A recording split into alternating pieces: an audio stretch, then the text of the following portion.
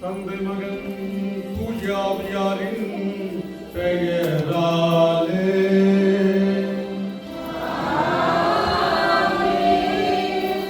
நம் ஆண்டவராகிய இயேசு கிறிஸ்துவின் அருளும் கடவுளின் அன்பும் தூய ஆவியாரின் புறவும் உங்கள் அனைவரோடும் இருப்பதாக.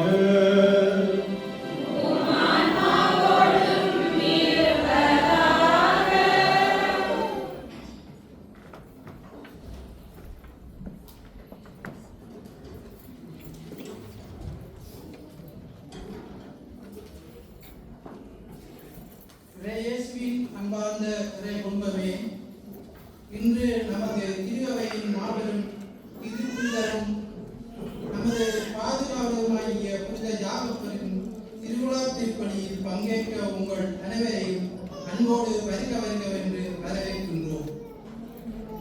புனித யாகப்பர் தன் சொந்த ஊரையும் தொழிலையும் விட்டுவிட்டு புதியதொரு நற்செய்தி பயணத்தை தொடங்கி அன்று அறியப்படாத திரு தேசமாகிய ஸ்பெயின் நாட்டின் நன்மை பறைசாற்றினார். இன்று இப்புலம்பெயர் மண்ணில் வாழும் நமது வாழ்வும் ஒரு நீண்ட விசுவாச பயணமே ஆகும். நமது தாயத்தை விட்டு புதியதொரு கலாச்சார சூழலில் நாம் வாழ்ந்தாலும் நம் முன்னோர்கள் நமக்கு கற்றுத்தந்த விசுவாசத்தையும் பக்தி முயற்சிகளையும் இந்த மண்ணிலும் நாம் பாதுகாத்து வருகின்றோம் என்பதற்கு இத்திருவிழா கொண்டாட்டமே சான்றாகும். இன்று இப்புனிதரின் விழாவை கொண்டாடும் நாம் புனித யாகப்பரை போல் எத்தகைய புதிய சூழலிலும் சவால்களிலும் நம் விசுவாசத்தில் தளராமல் வாழ அழைக்கப்படுகின்றோம். குறிப்பாக இந்த மண்ணில் வளரும் நமது அடுத்த தலைமுறையினருக்கு கிறிஸ்துவின் தூய விசுவாசத்தை கொண்டு சேர்க்கும் நல்மனதை நாம் பெற வேண்டும். பெருமைகளையும் தற்காலிக வசதிகளையும் கடந்து இறைவனுக்கும் பிறருக்கும் சாட்சியாக வாழும் மரத்தை கேட்டு இத்திருப்பலி பக்தியோடு நுழைவோம். சகோதர சகோதரிகளே, தூய மர நிகழ்வுகளை கொண்டாட நாம் கருதி வரும் பொருட்டு நம் பாவங்களை ஏற்றுக்கொள்வோம். எல்லாம் வல்ல இறைவனிடமும் நான் பாவி என்று ஏற்றுக்கொள்கிறேன். ஏனெனில் சிந்தனையாலும் சொல்லாலும் செயலாலும் கடமையில் தவறினாலும் பாவங்கள் பல செய்தேன். என் பாவமே, என் பாவமே, என் பெரும் பாவமே. ஆகையால் எப்பொழுதும் கன்னியான புனிதமரியாயையும் வானதூதர் புனிதர்களையும் சகோதர சகோதரிகளே உங்களையும் நம் இறைவனாகிய ஆண்டவரிடம் எனக்காக வேண்டிக் கொள்ள மன்றாடுகிறேன். எல்லாம் உள்ள இறைவன் நம் மீது இரக்கம் வைத்து நம் பாவங்களை மன்னித்து நம்மை நிலைவாழ்வுக்கு அழைத்து செல்வாராக. ஆமென்.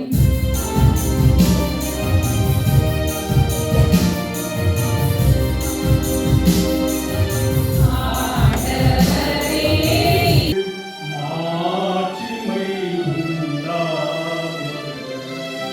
உலகினிலே நல்மனத்தவர்க்கு அமைதியும் உண்டாகுக. புகழ்கின்றோம் யாவும் உம்மையே.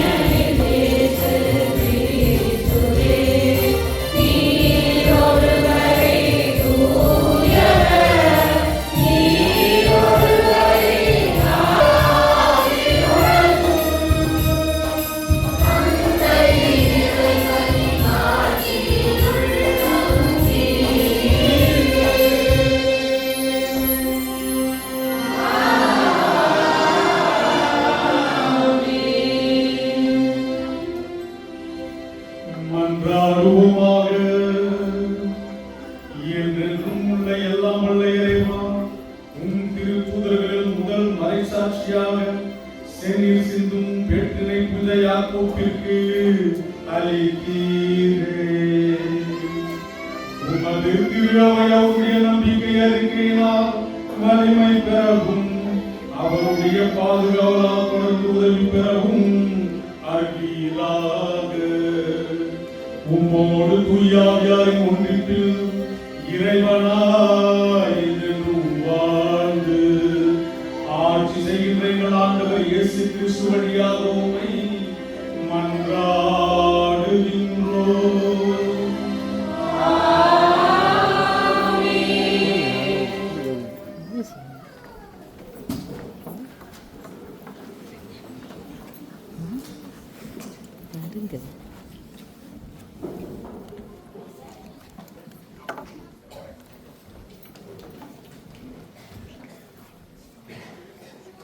முதல் வாசகம்.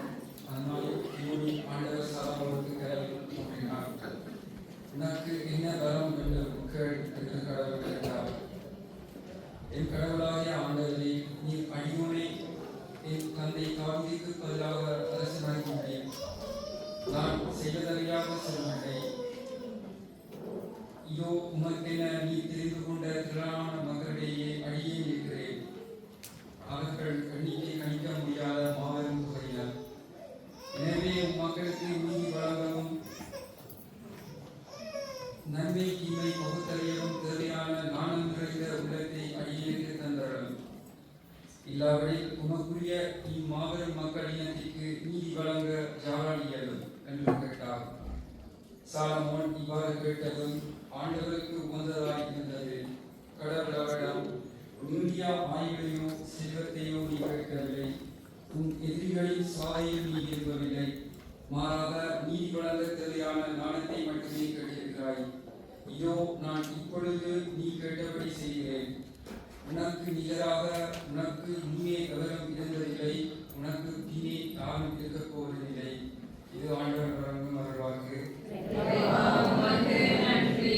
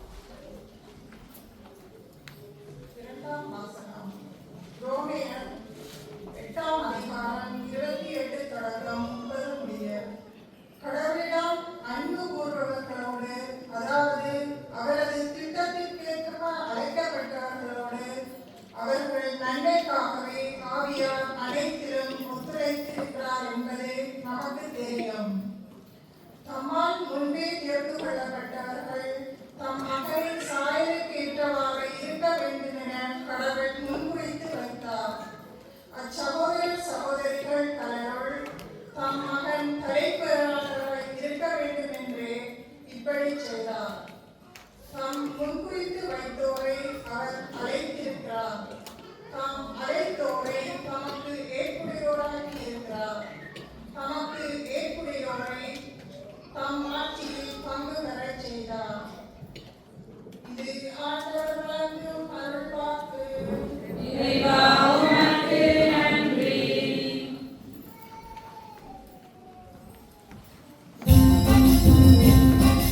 அல்லேலூயா அல்லேலூயா அல்லேலூயா அல்லேலூயா அல்லேலூயா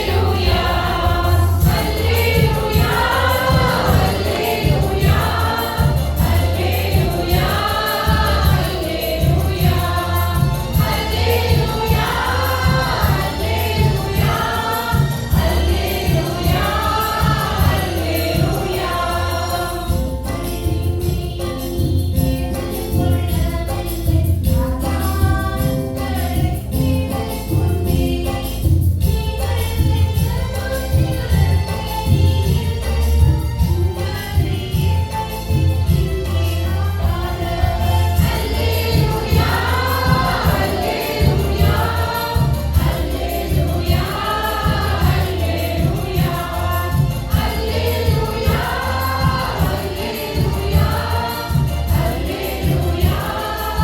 அல்லேலூயா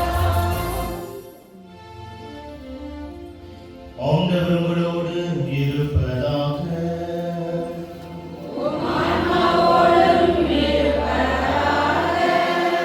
மத்தேயு எழுதிய தூய நற்செய்தியிலிருந்து வாசகம்.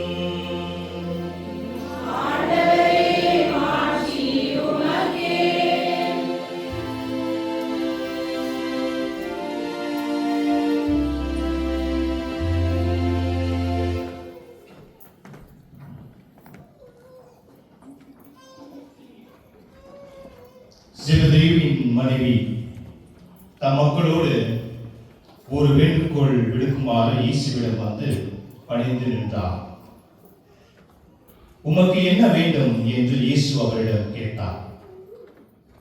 அவர், நீர் ஆட்சி புரியும் போது என் மக்களாகிய இவர்கள் இருவரில் ஒருவன் உமது அரியணையில் வலப்புறமோ இன்னொருவரும் இடப்புறமும் அமர செய்யும் என்று வேண்டினார்.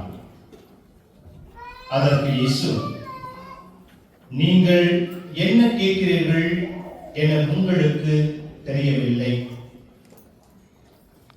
நான் குடிக்கப் போகும் துன்ப கிண்ணத்தில் உங்களால் குடிக்க இயலுமா என்று கேட்டார்.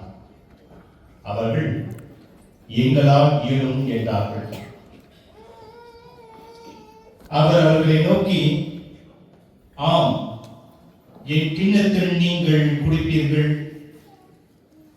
ஆனால் என் வலப்புறத்திலும் இடப்புறத்திலும் அமரும்படி அருள்வதோ எனது செயல் அல்ல. மாறாக அவ்விடங்களை என் தந்தை யாருக்கு ஏற்பாடு செய்திருக்கிறாரோ அவர்களுக்கே அவை அருளப்படும் என்றார். இதை கேட்டுக் கொண்டிருந்த 10 பேர் சகோதரர் இருவர் மீதும் கோபம் கொண்டனர். இயேசு அவர்களை வரவழைத்து, பிற இனத்தவரின் தலைவர்கள் மக்களை அடக்கி ஆளுகிறார்கள். உயர்குடி மக்கள் அவர்கள் மீது தங்கள் அதிகாரத்தை காட்டுகிறார்கள். இதை நீங்கள் அறிவீர்கள். உங்களிடையே அப்படி இருக்கக்கூடாது. உங்களில் பெரியவராக இருக்க விரும்புகிறவர் உங்கள் தொண்டராய் இருக்கட்டும். உங்களில் முதன்மையானவராக இருக்க விரும்புகிறவர் உங்களுக்கு பணியாளராக இருக்கட்டும். இவ்வாறு மானிட மகனும் தொண்டு ஏற்பதற்கு அல்ல, தொண்டு ஆற்றுவதற்கும் பலருடைய மீட்புக்கு ஈடாக தம் உயிரை கொடுப்பதற்கும் வந்தார் என்று கூறினார். இது ஆண்டவர் வழங்கும் நற்செய்தி. கிறிஸ்துவே உமக்கு புகழ்.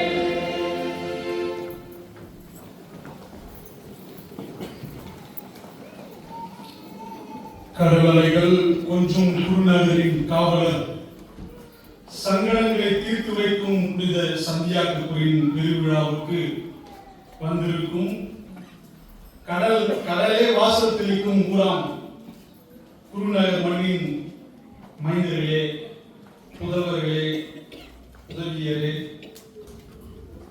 புனிதரின் அற்புதம் வேண்டி ஓடி வந்திருக்கின்ற பக்தர்களே, பிற மத சகோதர சகோதரிகளே, இவர் அனைவருக்கும் இந்த திருப்பலியை சிறப்பித்துக் கொண்டிருக்கிற அருள் தந்தையர்களின் சார்பாகவும் இந்த விழாவை ஏற்பாடு செய்து சிறப்பிக்கின்ற ஒவ்வொரு குழுவினர் சார்பாகவும் பொறுப்பாளர்கள் மற்றும் அனைத்து உறுப்பினர்களின் சார்பாகவும் திருவிழாவின் வாழ்த்துக்களையும் ஜபங்களையும் ஆசீர்வாதங்களையும் தெரிவித்துக் கொள்கிறோம். இந்த சந்தியாகப்பர் என்னுடனே கொன்சியன் அம்மா எனக்கு கால் பண்ணாங்க, ஃபோன் பண்ணி ஃபாதர் நீங்க சந்தியாகப்பர் திருவிழாவுக்கு வரணும் அப்படின்னாங்க. எனக்கு சந்தியாகப்பர் உடனே பயம். நான் எனக்கு சின்ன வயசுல இருந்து சந்தியாகப்பர் பேர பயம். ஏனென்றால் எங்கள் ஊரிலே ஒவ்வொரு திருவிழா முடிந்த பிற்பாடும் ஊரில் கூத்து கட்டுவார்கள். சந்தியாகப்பருடைய கூத்து நடக்கும். அந்த 3ஆம் நாள் கூத்திலே சந்தியாகப்பர் போரில் வெற்றி கொண்டு அந்த தெருவிலே வருவார். நாங்கள் எல்லாம் ஒரு 3 மணி அளவிலே மெழுகு திருவிகளை ஏற்றுக்கொண்டு சாலையின் இரு பக்கத்திலும் இருந்து வேண்டிக் கொள்வோம். பெரியவர்கள் சொல்வார்கள், இந்த நேரத்துல நீங்க எது வேண்டினாலும் கிடைக்கும், ஆனா ஒன்னே ஒண்ணு, நீங்க சந்தியாகப்பர் அந்த சுரூபம் வரும்போது அவர் முன்னாடி பார்க்க கூடாது. முன்னாடி முகம் பார்த்துட்டீங்க, முடிஞ்சிருச்சு. அதனால வந்துட்டு நான் எப்பொழுதுமே அவர் வேகமாக வரும்போது அந்த நாடகம் நடத்திய அந்த 3ஆவது நாள் காட்சியில எப்பொழுதுமே ஓரமாகவே ஒதுங்கி கொண்டே இருப்பேன். பெரியவர்கள் கூறுவார்கள், சந்தியாகப்பர் ரொம்ப கோபம் கொண்டவர், அவர்கிட்ட சிக்கனம்னா அவ்வளவுதான், ஆனால் அவரிடம் கேட்டால் வாரி வழங்குவார். சமீபத்துல பின்பாடு நான் குருவாகி பின்பு அந்த பயணம் வந்துட்டேன். கொம்போஸ்லாவுக்கு பாத யாத்திரையாக செல்ல ஆசைப்பட்டு போன வருடம் திருப்பலி யாத்திரைய அருள் தந்தை குணாவோடு நானும் சேர்ந்து பாத யாத்திரையை தொடங்கினோம். நம்ம ஊர்ல பார்த்தோம்னா எல்லாம் சரிசமமா இருக்கும், இந்த உடம்பை வச்சுக்கிட்டு அழகா நடந்துடலாம். ஆனா இங்க இந்த கும்போஸ்ல அந்த செமந்த கும்போஸ்ல பார்த்தோம்னா திடீர்னு பள்ளமாகும், திடீர்னு மேல போகும். மழையும் நம்மளால பள்ளத்துல ஒண்ணும் முடியல, ஒரே வாரத்துல அதை நிறுத்திட்டு விமானத்தை எடுத்து கொம்போஸ்டராவுக்கு சென்றுவிட்டேன். எனக்கு ஒரு முக்கியமான கருத்து இருந்தது.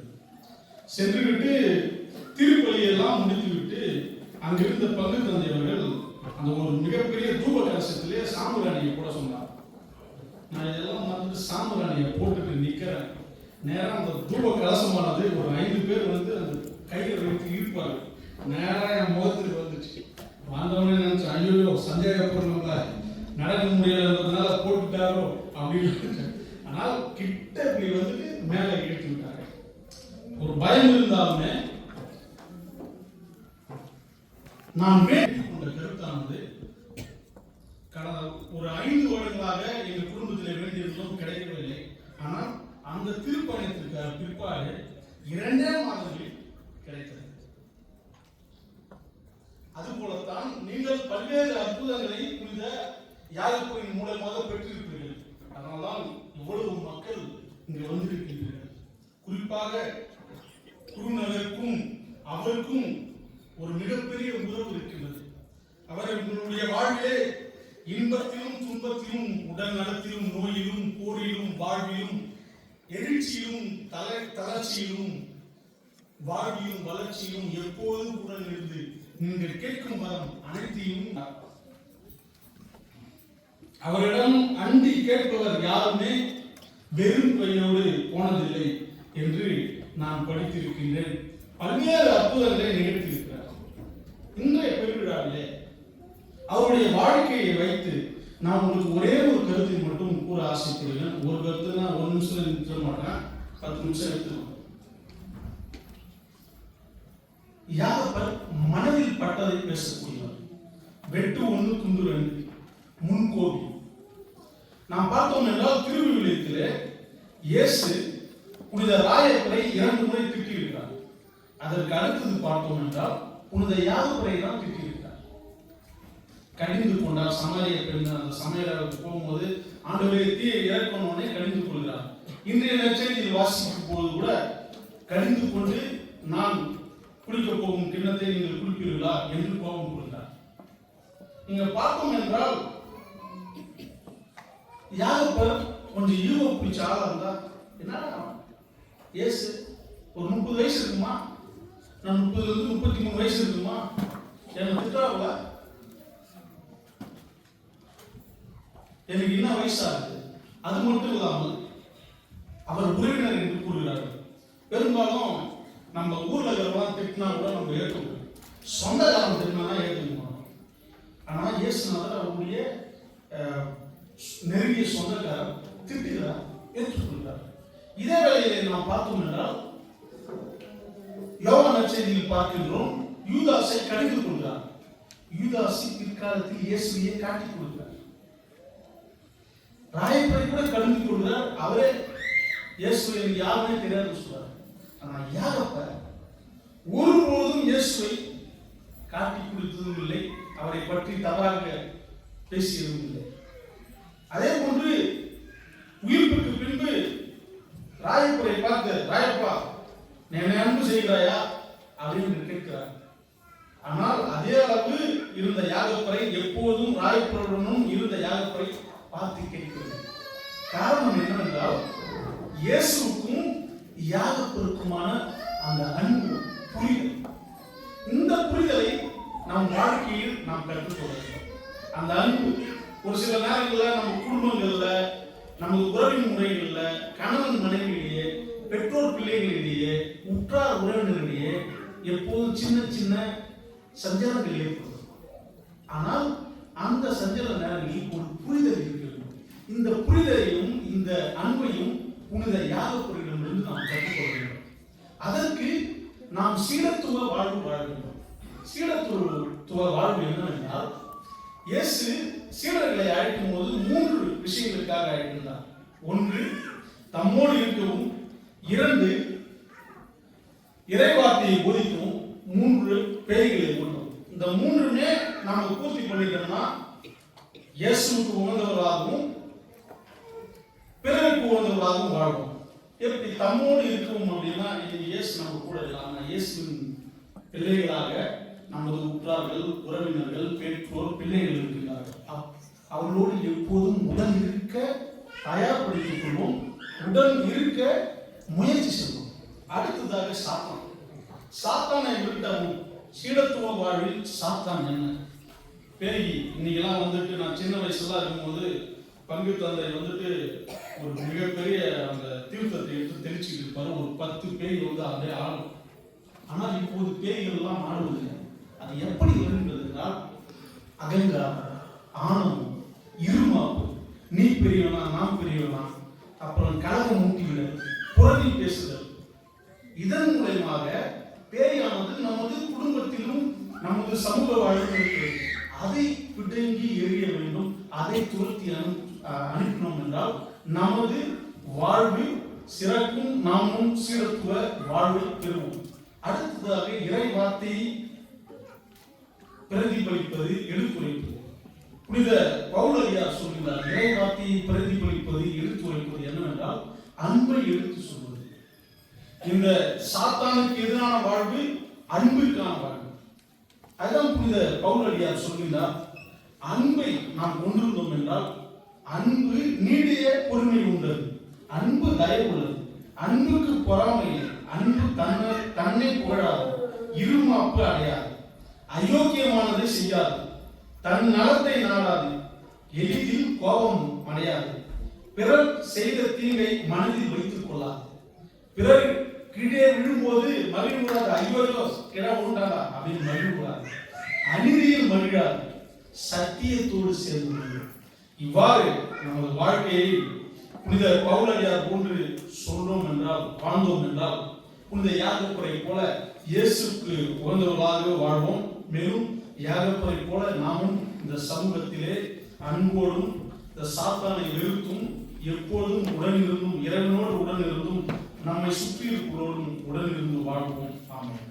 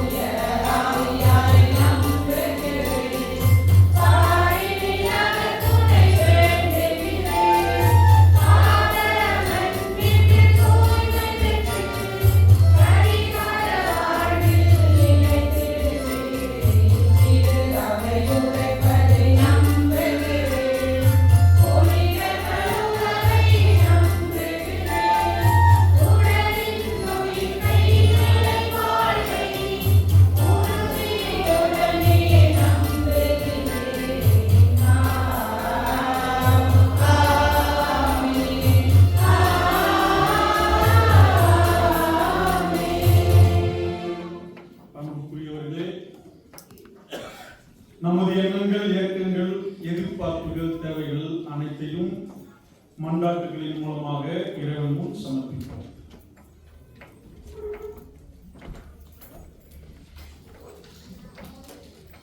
அன்பே இறைவா, எமது திருவகையை வழிநடத்தும் ஆயர்கள், குருக்கள், துறவியர்கள் மற்றும் விசேட விதமாக இன்று திருவிழா திருப்பலியை ஆற்றும் குருக்கள் யாவரையும் எமது பாதுகாவல் யாவர்கள் வழியாக நிறைவான ஆசிர் அளித்திட வேண்டும் என்று இறைவா உம்மை மன்றாடுகின்றோம்.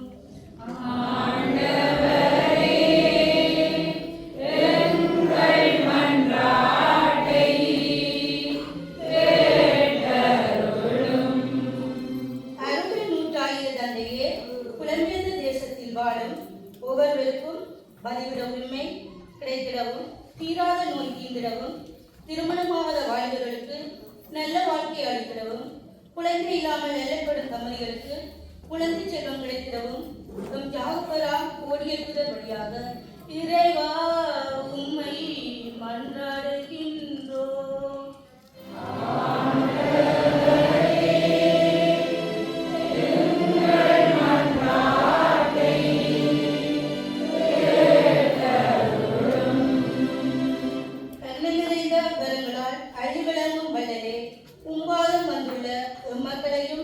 இந்து சமய மக்களையும் கருணைகள் நோக்கியிடும். அவர்களுடைய பிள்ளைகள் கல்வியிலும் ஞானத்திலும் இறைபக்தியிலும் வளர நம் அற்புதமாம் தியாகப்பர் வழியாக வரமருள வேண்டுமென்று இறைவா உம்மை மன்றாடுகின்றோம்.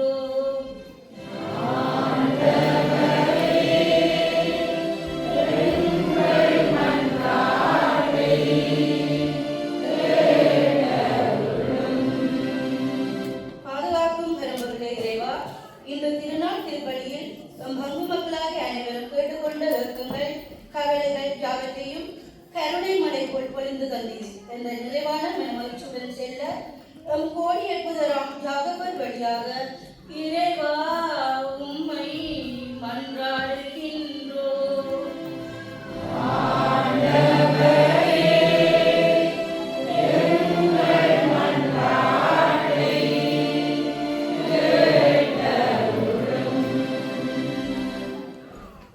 நம் அனைவரும் ஒரு நிமிடம் கண்களை மூடி நமது தனிப்பட்ட தேவைகளுக்காக மன்றாடுவோம்.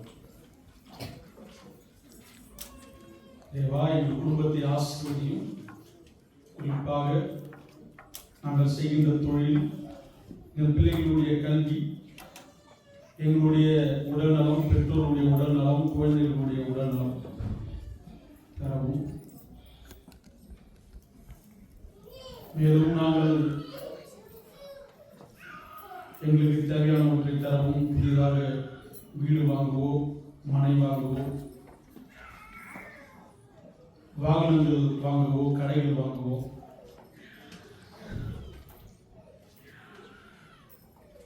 உதவி செய்ததும். மேலும் நாங்கள் வேலை செய்கின்ற இடங்களில் அமைதியை தந்துள்ளோம். எங்களுடைய ஒவ்வொரு தேவைகளையும் நீர்தாமே பார்த்து செப்பிக்கு பார்த்து எங்களுக்கு புனிதையாக பிரிவு வழியாக தருவோம். இவற்றையெல்லாம் எங்கள் ஆண்டவராக இயேசு கிறிஸ்து வழியாக உங்களை பார்த்து கொண்டாடுகின்றோம்.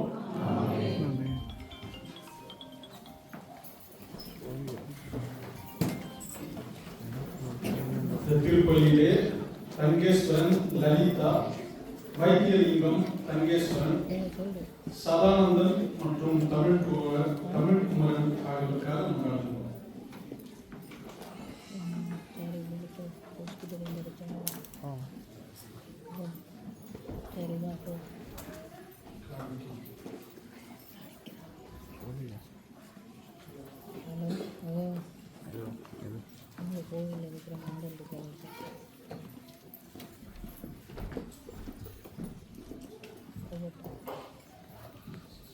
தீபம்.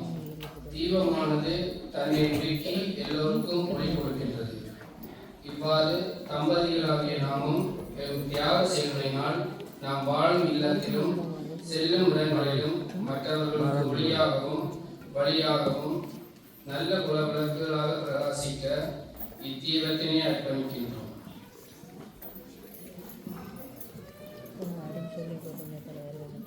தூபம். தூபமானது நறுமணம் கமழ்கின்றது. இந்நறுமணம் இறைபாடும் நோக்கவும் எல்லா இடங்களுக்கும் பறந்து செல்கின்றது. இவ்வாறு எல்லா கணவர்களும் மனைவியர்களும் செல்லும் இடங்களெல்லாம் தம் வாழ்வில் நறுமணம் கமழ எல்லா குடும்பங்களும் முன்மாதிரி உள்ளவர்களாக விளங்க இத்தீபத்தினை அர்ப்பணிக்கின்றோம். மலர். மலர் பார்வைக்கு அழகானது, மனம் வீசக்கூடியது. அதே போன்று கிறிஸ்தவ தம்பதிகளாகிய நாம் நற்பண்புகளால் எம் வாழ்வை அழகுபடுத்தி வாழும் இடமெல்லாம் மனம் கமல நல் மலர்களாக வாழ வரம் வேண்டி இம்மலரை அர்ப்பணிக்க